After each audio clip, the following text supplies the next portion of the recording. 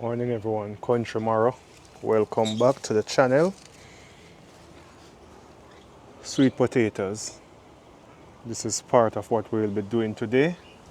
I'm just going to tell you guys and show you how I do my sweet potato a bit differently from most people. So let's go.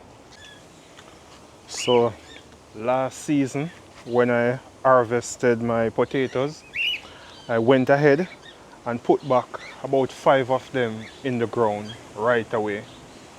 So over the cold months, they would be growing, but they wouldn't do so well because potatoes like warmer climate. So now that it's warming up again in Florida, which it wasn't that cold because we know Florida is not, say, freezing or anything like that, but we had some mighty cold weather this past winter. So this is what I'm getting from just one potato in the ground. So if we go ahead, we can find 1, 2,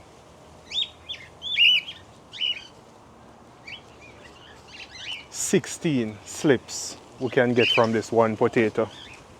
And it saved me all the trouble from not have to be putting potato slips in water, changing the water to keep the water clean and all of that. So this is my first time though trying it this way here in Florida. In Jamaica, we would have the potato slips year round, potatoes year round. So you just cut the slip and start a new set of potato if you're going to do a new potato patch or something, or you just replant in the old potato patch that you was reaping from or had. So let's go in deep and we'll get those off. This potato is still good, can eat. However, it has a bit of dark night worm right there. You call that dark night worm in your potato. So it would have rotten anyway. But that's the root system. And this is for Florida sandy soil. I can't speak for anywhere else on this one. So this is for Florida sandy soil.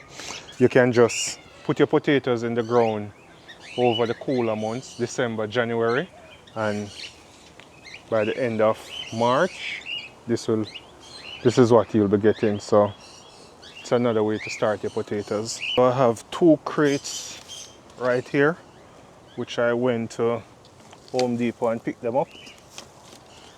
I'll be planting my potatoes in these for this season because last season I put my potato in the ground and they took over the entire backyard basically, and I can't do that again for a season. So let me get some soil.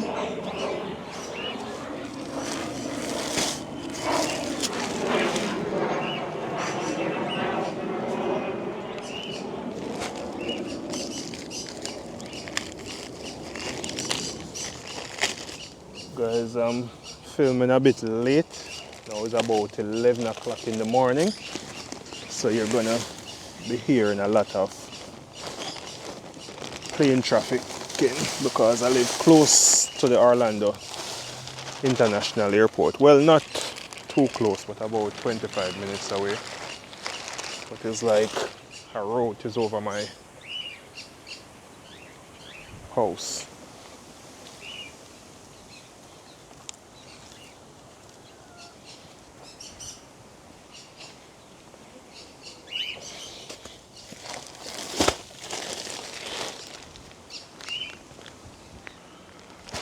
And I won't be putting anything in the side of these crates. Whenever the soil get compacted, it will stay inside because these slots are tiny, so we won't lose a lot through them, and nothing is in the base. The trick with this now, what we're going to do, we're going to go in, I'm going to put 2 slip to each of these, And then now put a bit more dirt, not all the way to the top. And as we go along, I'll add grass or hay and dirt, soil as we go along. So if you have access to hay, you can use hay. If you're a person that cuts your lawn on a weekly basis like me, you can go in and use your clippings from the lawn. So right here, it may look like a little bit of slip that I put in these trays. However, it's 2 per tray, and that's it. They will fill it out and they will be packed with potatoes, hopefully come end of year or closer to the end of year.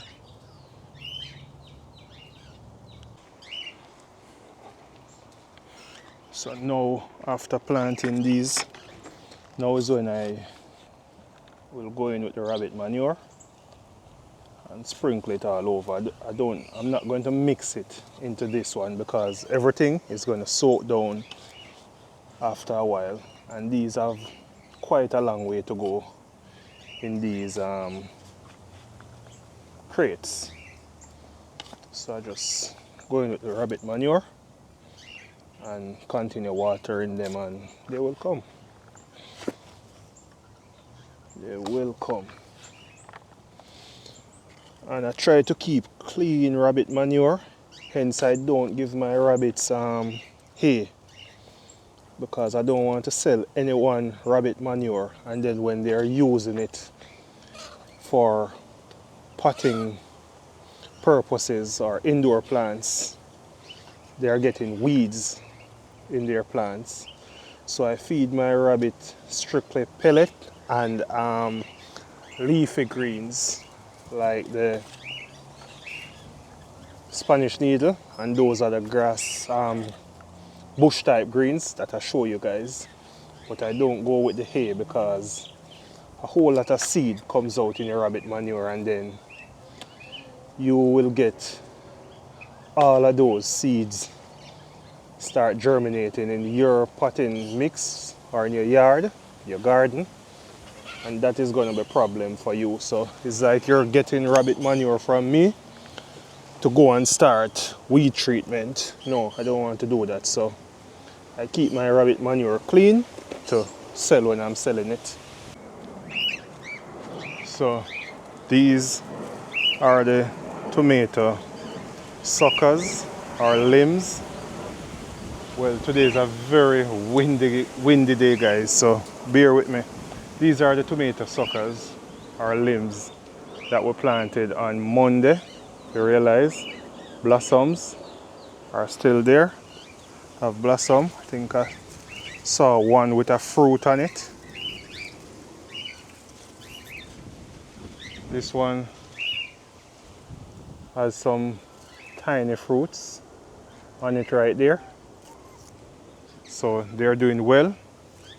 And if you realize the root system is coming in, you realize how high that root system is. Basically 4 inches. So we have all of that to put in the soil. Root system all the way there. There are your roots. So now you can have a very deep root system. And I won't be transplanting these now. I'll just change the water because I wouldn't advise you to keep them in the dirty water for a week or more than a week. So I try to change the water 3 to 4 days and let them stay fresh and continue rooting. So just put them back in some fresh water and put them in a cool area. It's been a while now since I've been telling you guys that I'll be doing the comfrey under the tree. Today is the day. I'll be putting down the comfrey under this oak tree.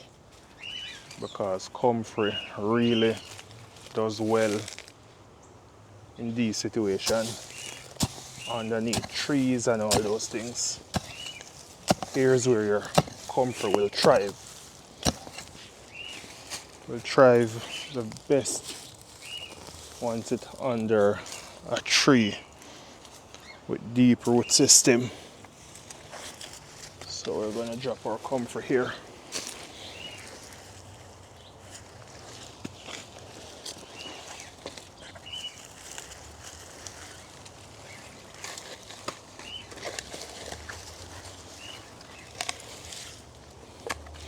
Need to open this up a bit more.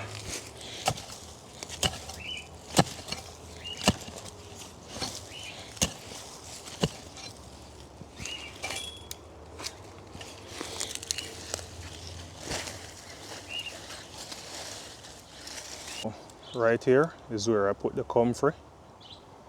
So hopefully this comfrey can run alongside this fence line here and just take over the place right over this side, because all I do is just plant like pumpkins and other running crops on this side of the yard where the fence line is. So hopefully this comfrey can have its way over here. So here, update on the watermelon.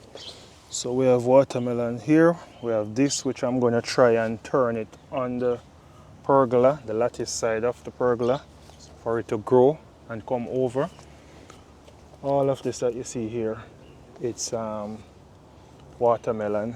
I have a one Scotch bonnet pepper there that I planted yesterday, and watermelons on this side also. So this entire thing should be packed with watermelon for this grow season. Last season we got some good watermelon on this side of the yard, so I'm going to do it again this season. However, maybe next season I plant a different set of crop around here to just rest this area from watermelon, and then I can come back the following season after that to put back watermelon here. But I try not to burden one area with a particular crop.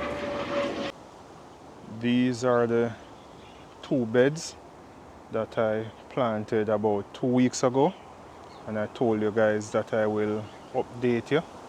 So here we go. Lettuce are coming in great. As you know, amaranth is all over my yard, so they are everywhere. I didn't plant these volunteered. More amaranth here,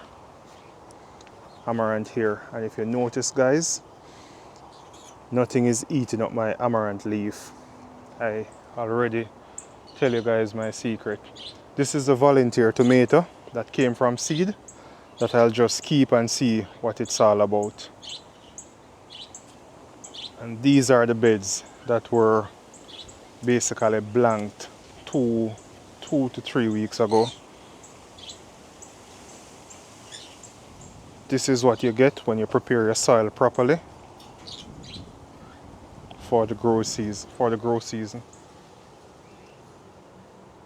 So this is everything just mixed in. And if we come down closer, you can see gold right here. Rabbit manure, gold all over.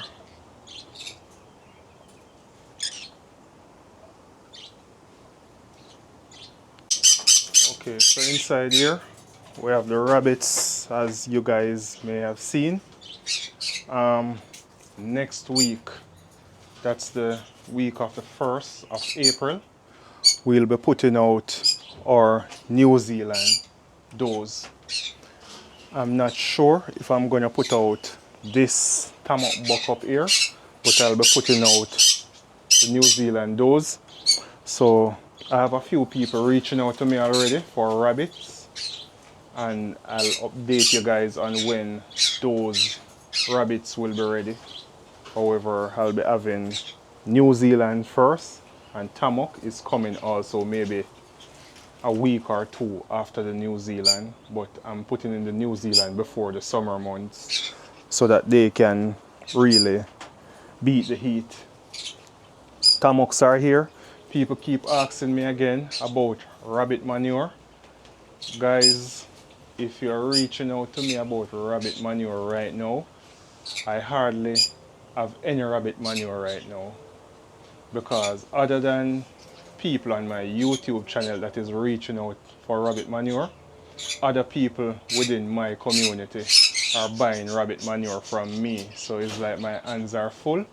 I'm trying to breed up some more rabbits. I have some cage coming in from Bass Equipment. I'm trying to breed up enough rabbits so that I can have rabbit manure to sell you guys. So I'm not shunning you guys, and I don't forget about you guys. However, I do not have enough supply because everyone wants rabbit manure from me, and it's kind of easier for me to sell the people that are close by that can come and pick up their rabbit manure readily, easily. So that's basically it.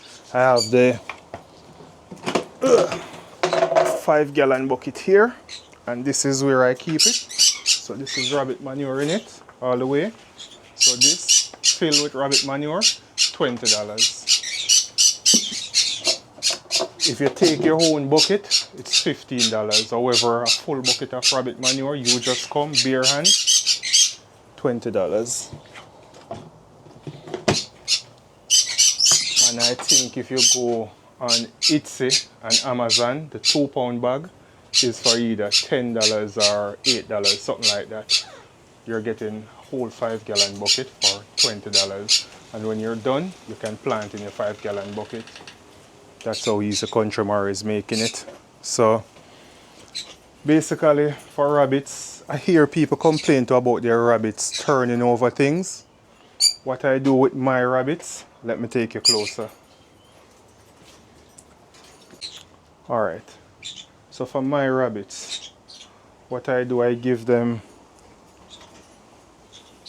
pine cone.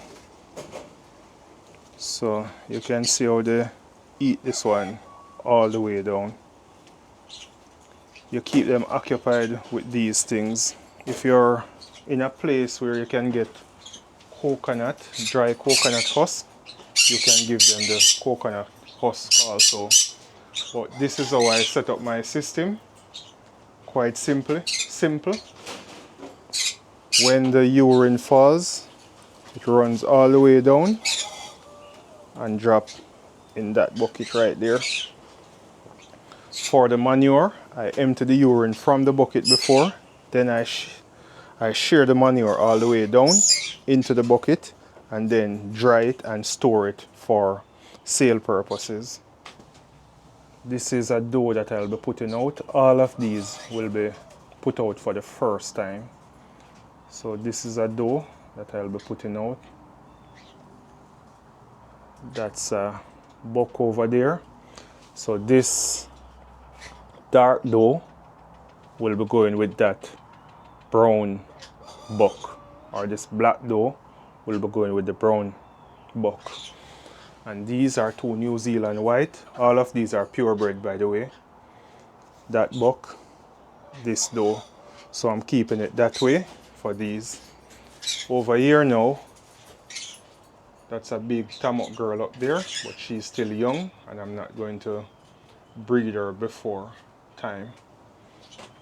Same here with that girl you see there chilling. And this is the Tamok boy, big boy down here. He'll be the man for the Tamoks. I have another buck coming in on Sunday also. I'll let you guys see when that one reach. So guys, I have a sage and a sweet mint that I'm going to be planting.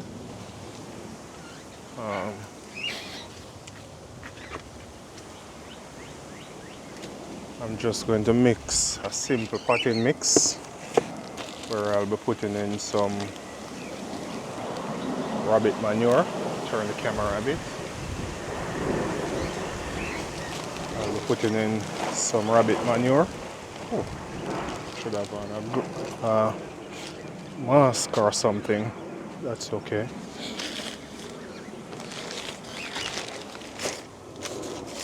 And I won't be putting a whole lot of things in this potting mix. This is your regular cheap bag of dirt, rabbit manure. I'll let me go get some pine shaving and get back to you guys.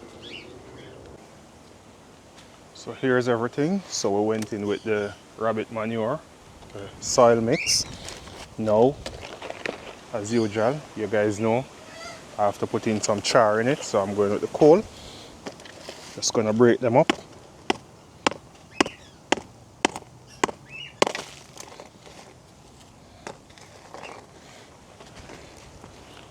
I'm gonna go ahead and finish breaking these up and get back to you. So now we're going in with our pine shaving. Not a whole lot.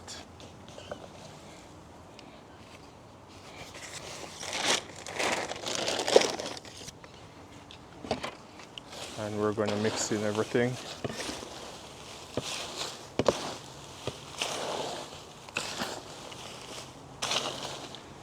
These pine shavings will be broken down within a month or two. Most times they don't last long, especially when you're watering like on a daily basis. For us here in Florida, because, well, central Florida, it's quite humid right now, so things just keep drying out a whole lot. So I'm just gonna go in. It's just a simple light mix, but the rabbit manure is gonna work wonders for this.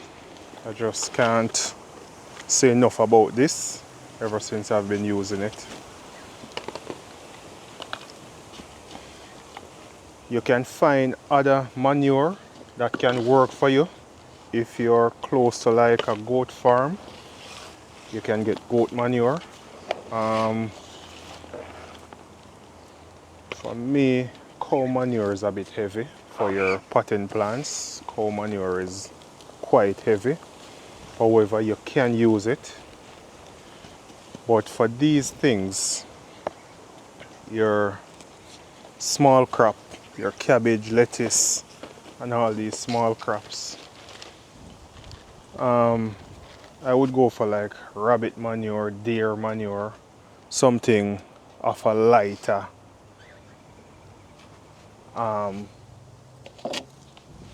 type manure.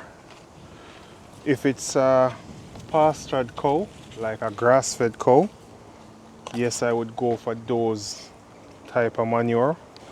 However, most of the time we don't know where our cow manures are coming from. Horse manure is another good one, very good one. Anything pelleted is good. So those are just a few. So rabbit manure is not the only way, but trust me, it is slow and effective. You won't get any overnight results, but when you start incorporate it in your soil, then give it a few months and you will see the difference in your plants.